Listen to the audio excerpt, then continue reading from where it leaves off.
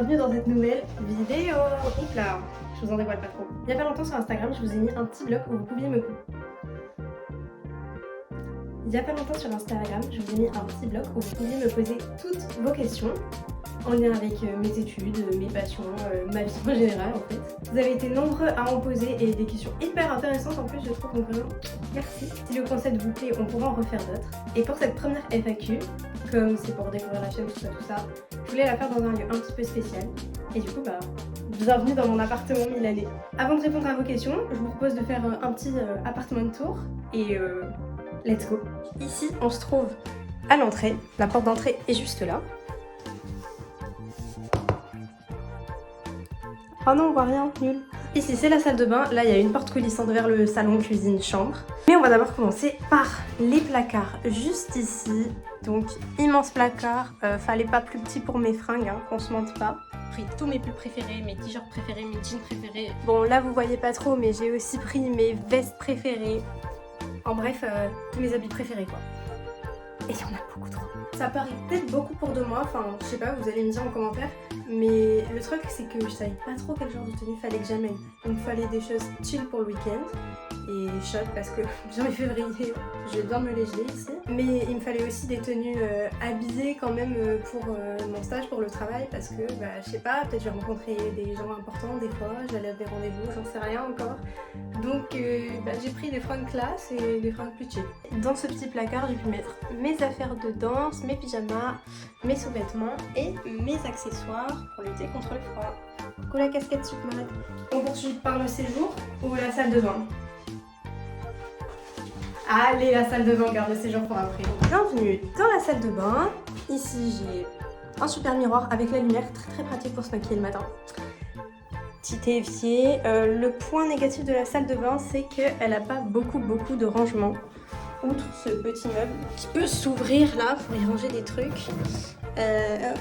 Mais c'est pas giga pratique, donc j'ai utilisé des crochets pour ranger mes colliers, c'est vraiment improbable. Ils sont sur le radiateur quoi. J'ai pris des petites caisses pour ranger, voilà. Elle est clean la salle de bain, je suis contente. La douche est grande et tout. On poursuit. Let's go pour découvrir le séjour. Tada! Oula, je vais allumer la lumière. C'est bon, j'ai allumé toutes les lumières parce que c'est vrai qu'il fait super sombre dehors. Ici, on a la cuisine. C'est trop stylé parce que tout est caché entre guillemets. Donc là, il y a les rangements avec aspirateur et tout. Là, guess what? Attention, frigo. Voilà. Juste en dessous, j'ai un congélateur. Donc trop pratique. J'ai un four. La vaisselle. Mais bon, en vrai, je pense que je vais pas l'utiliser comme je suis toute seule. Faut pas abuser. Ici, la plaque de cuisson. J'ai la hotte. Mes parents m'ont laissé un grille-pain. En fait, le seul point négatif de cette cuisine, c'est que j'ai pas de micro-ondes. Donc, le matin, le lait, je le réchauffe à la casserole. Ça va. Après, c'est juste, je vais tout réchauffer à la poêle, quoi. Les plats de la veille et tout. C'est une habitude à prendre. Et aussi, caché juste ici, j'ai le lave-linge. Là, c'est des placards et des placards et des placards. Dernier, c'est le meilleur, c'est le placard du petit déjeuner. Voilà la vue. On voit pas trop là parce que j'ai pas remonté le store, mais voilà, pas dégueu, ça va. On passe maintenant à la partie chambre et salle à manger. Ici, j'ai une table. Il y a 3 sets parce que mes parents étaient encore là hier soir. Au fond, j'ai mis ma valise. Voilà, et ensuite j'ai un giga meuble télé avec grave de rangement. Bon, du coup, j'ai pas besoin, mais voilà. J'ai mis mes chaussures en bas sur du sopalin pour pas salir. J'ai mes affaires de danse. Mon petit dictionnaire d'italien. Tous mes livres. De quoi dessiner. Des carnets pour rester organisé. J'avais même acheté un tapis avant le départ chez Decathlon pour faire quelques exercices. Et là, donc, c'est le canapé lit. Il est hyper facile à défaire, hyper facile à refaire. C'est trop pratique. Et en vrai, même s'il est grand, vous voyez, j'ai quand même de la place pour passer. Donc ça, c'est trop un bon point. Et là, il y a une petite table. Donc j'ai mis mes lentilles de nuit. Mon Kiddy magique. Jamais en voyage sans. Et bien sûr, mon doudou. Voilà pour la partie apartment tour. C'est parti pour répondre à vos questions. Ok, donc c'est parti. J'ai noté toutes les questions sur l'ordinateur. Je les ai regroupés par catégorie, histoire qu'il y ait une certaine cohérence quand même. Et on va dire que ça va des plus basiques aux plus spécifiques. La première question, c'est quelles sont tes passions? Je trouve que c'est une super question pour pouvoir me présenter à ceux qui ne me connaissent pas. Donc je suis passionnée par la mode et la danse, ce sont mes deux majeures passions, mais après j'aime tout ce qui est loisirs créatifs et également la création de contenu. Ensuite, deuxième question, tu fais de la danse depuis combien de temps? Donc moi j'ai commencé la danse quand j'avais 4 ans et demi, j'en ai 19. Donc ça fait 14-15 ans que je pratique la danse, donc j'ai commencé par le classique. Et ensuite, une fois que j'étais plus grande, j'ai fait 1 an de modern jazz. La prof est partie, ça a été remplacé par du contemporain, donc j'en ai fait en 4 ans. Ouais, 4-5 ans, parce qu'après j'ai changé d'école pour venir sur Bordeaux. Mais j'ai pu poursuivre les deux. Quand j'étais chez mes parents, j'étais au conservatoire. J'ai un diplôme de fin de 2e cycle, donc je suis pas peu fière, mention très bien. Mais là, c'est vrai que m'étant blessée fin février, ça fait plusieurs mois que j'ai pas vraiment pratiqué. J'ai pu reprendre 2 cours là entre octobre et novembre. Mais après, je suis partie sur Milan, donc je vais continuer de mon côté à m'exercer, mais pas au studio pour l'instant. Ensuite, on passe à une deuxième partie de questions qui concerne mes études. Tout simplement, première question de cette catégorie, qu'est-ce que tu fais comme études? Je suis élève en 2e année, donc en Bachelor 2 à Submode Bordeaux. C'est une école de design de mode et de marketing de la mode, donc c'est la seule école à avoir la double compétence et ça c'est trop bien. Ça signifie qu'en fait je fais à la fois la partie dessin, couture, modélisme et tout ça, mais également le côté marketing, comment vendre le vêtement en fait, et également comment se faire connaître à travers la communication, qu'elle soit en ligne ou IRL. Et là justement, à la fin de mon stage, il va falloir que je choisisse si je préfère me spécialiser en design ou en market. Et moi j'ai choisi de me spécialiser en design. Si vous voulez en savoir davantage, notamment par rapport aux matières et qu'est-ce qu'on fait concrètement dans chacune d'entre elles, vous me dites en commentaire et peut-être que je sortirai une vidéo dessus. Ça tourne toujours? Oui. Question hyper intéressante je trouve.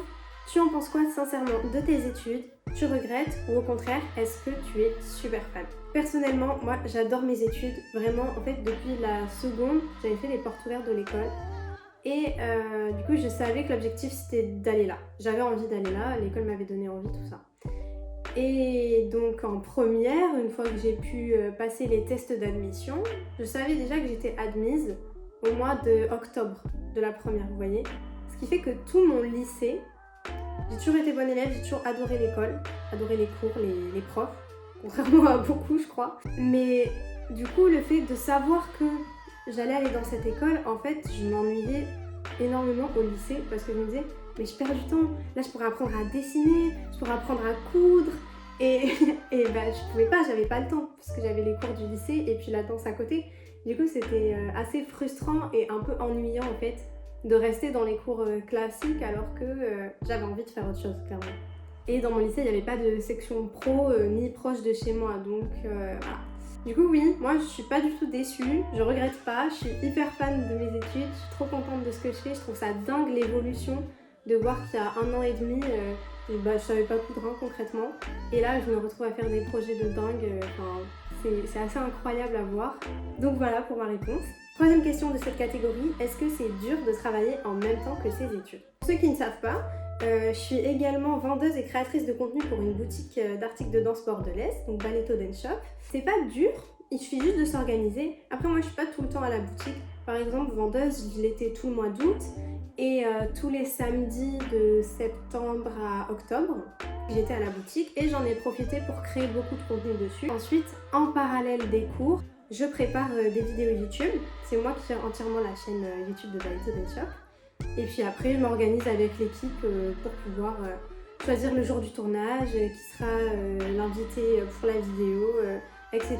Donc c'est pas dur, c'est juste de l'organisation. Après, ça dépend le rythme. Donc est-ce que c'est dur de travailler en même temps que ses études? Pour ma part, non, mais j'imagine que pour certains, oui, parce qu'il y en a qui ont besoin de travailler tous les soirs, par exemple.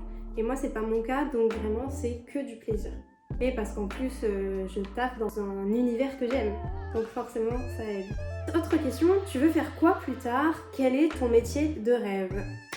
C'est une très bonne question. Non, franchement, pour l'instant, je sais pas du tout. J'ai pas de métier précis en tête parce qu'il y en a énormément dans le domaine de la mode. Ce que je peux dire, c'est que j'aimerais beaucoup, à l'heure actuelle, que mon métier reste quand même en lien avec les arts du spectacle, soit la danse, le théâtre, cinéma, why not. Mais ouais, j'aimerais quand même qu'il y ait beaucoup ce lien avec la danse, en tout cas, ça c'est sûr, pour vraiment mixer mes deux passions. Je crois qu'on est arrivé à peu près à la moitié de la FAQ, même un peu plus. Comment as-tu trouvé ton stage à Milan? Tout simplement, ça c'est grâce à Balletto Dance Shop, donc la boutique où je travaille, parce que on est un shop multimarque, et donc il y en a une que je trouve particulièrement intéressante, avec des justes corps très très jolis, pas qu'une, hein. Mais celle-ci c'est celle qui m'attire le plus, donc c'est la marque Dilalo. Et je me suis dit pourquoi pas tenter. Du coup j'ai préparé mon CV, ma lettre de motivation, et l'équipe de Balletto qui était en lien direct avec la marque a pu envoyer ma candidature. Suite à ça, la marque m'a recontactée pour organiser un rendez-vous en visio. Donc j'ai demandé à ce que ce soit fait en anglais parce que j'ai fait l'italien mais que pendant mon lycée, donc je le comprends bien, mais pour le parler c'est pas la même histoire. J'ai fait l'entretien en anglais. Et quelques jours, une semaine après, je crois, j'ai reçu un mail de la part de ma tutrice pour me dire ok, c'est bon, on te prend, envoie-nous la convention. Pourquoi as-tu choisi Milan comme ville pour tes études? Tout simplement, comme je l'ai dit, c'est une marque milanaise, tous leurs locaux sont à Milan, l'administration, l'atelier de confection, etc. Donc forcément, c'est ici qu'il faut que je me rende. Est-ce que tu as hâte de vivre à Milan? Du coup, j'y suis déjà.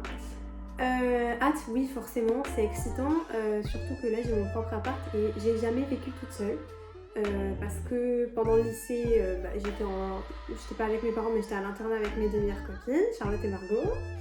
Et ensuite, quand j'ai déménagé sur Bordeaux pour aller à Submode, là j'étais en colocation avec ma grande sœur Sarah, donc j'ai jamais vécu toute seule en fait. Donc forcément c'est hyper excitant, nouvelle ville. Qui est d'ailleurs 2 fois plus grande que Paris, je sais pas si vous étiez au courant.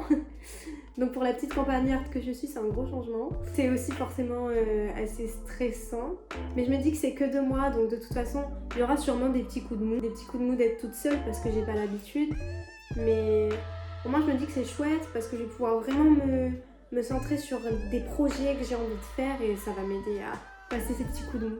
Donc de la hâte et un peu de stress en même temps, mais c'est tout à fait normal. On arrive sur les 2 dernières questions. Est-ce que tu es fière de toi, de tes projets, de tout ce que tu entreprends? Oui. Oui, tout simplement. Je pense qu'il faut vraiment qu'on apprenne à avoir un regard critique sur ce qu'on fait. Et une critique, elle est aussi bien négative que positive. Donc, faut arrêter de toujours regarder notre travail et de se comparer aux autres en disant ouais mais t'as vu ce qu'il a fait, moi c'est en dessous et tout. C'est ok de faire ça. Moi la première, ça m'arrive pendant les workshops de me dire j'ai l'impression d'être un peu en dessous là par rapport à ce qu'ils ont fait les autres. Et en fait ça c'est pendant le processus, mais on le dira jamais assez, mais trust the process.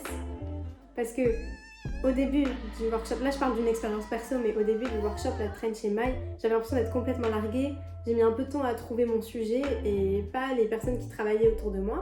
Donc je me disais, est-ce que je suis en retard, est-ce que c'est normal ou pas? Et il s'est avéré qu'en fait, à la fin des 2 semaines, j'ai pondu un super projet, je suis super fière de moi. Et c'est ça le plus important, la tenue rend bien, elle plaisait à ma mannequin aussi, j'ai réussi à faire un thème engagé. Donc en fait, c'est ça qu'il faut voir. C'est pas juste les difficultés, mais c'est ces difficultés. À la fin, est-ce qu'elles sont toujours là ou pas?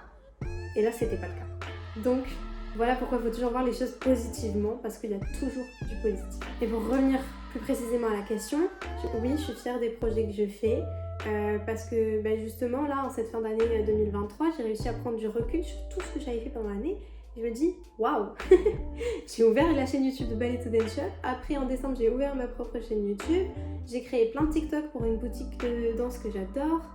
J'ai fait 3 projets à l'école couture que j'aurais jamais cru être capable de faire.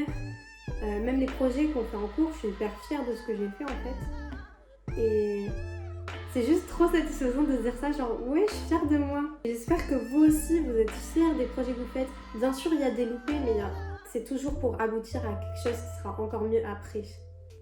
Après tout ce blabla, on arrive à la dernière question.